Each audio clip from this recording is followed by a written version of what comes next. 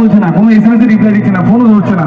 খুব টেনশনে পড়ে গেছিলাম, বিশ্বাস করো, জীবনের প্রথম প্রেম, আর আমরা কোনোভাবে স্যাক্রিফাইস করতে রাজি হইনি, কোনো পরিস্থিতিতে না।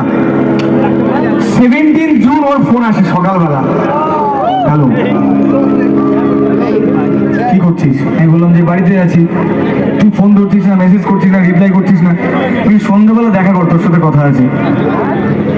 এটা আমার ওয়াইফ, মানে আমার তখনকার গার্লফ্রেন্ড, ও বললো। তো আমি গেলাম সন্ধ্যাবেলা যথারীতি। ওটা 17 জুন 2008। আমাদের গ্রামে একটা মাটির বাড়ির বারান্দায় আমরা বসেছিলাম, একটা তালের গাছের গুড়িতে। ঠিক এইভাবেই বসেছিলাম, আমার বাঁ দিকে, ও সবসময় আমার বাঁ দিকে থাকে, ও বাঁ দিকে বসে আছে। ও এই হাতটাকে ও ধরে নাও, হ্যাঁ। তো বসে আছে, আমি বললাম যে হ্যাঁ বল। তো আমাকে রিপ্লাই করলো, আই লাভ ইউ টু।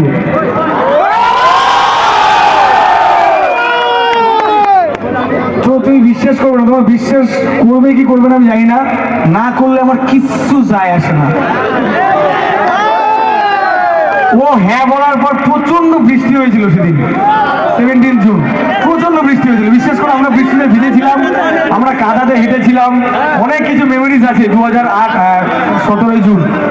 তো তারপর থেকে ওই মেয়েটাই এখন অবধি এই বা পাশেই একইভাবে রয়ে গেছে। ওর নাম অদিতি, ও আমার ওয়াইফ।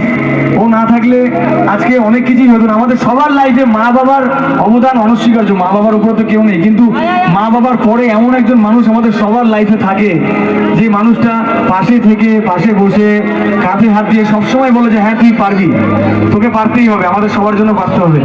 তো ও সেই মানুষটা। তো তখন একটা গান গিয়েছিলাম, সেই গানটা ওই ডিস্কো কিং বাপি লাহিড়ী কম্পোজ করা, শুনবে? গানটা ওয়াইফের খুব ফেভারিট, গানটা বউয়ের খুব ফেভারিট। লাইনগুলো হলো, আমি আমার বউয়ের জন্য গাইছি।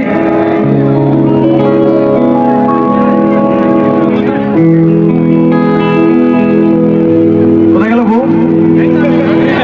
এই না, বউ বাড়িতে আছে অ্যাকচুয়ালি। এসো আজ সারাদিন বসে থাকি পাশাপাশি, শুধু ভালোবাসাবাসি, শুধু আর হাসাহাসি। এবার বউ বলছে, বউ গাইতে পারে না, বউ আমি গিয়ে দিচ্ছি।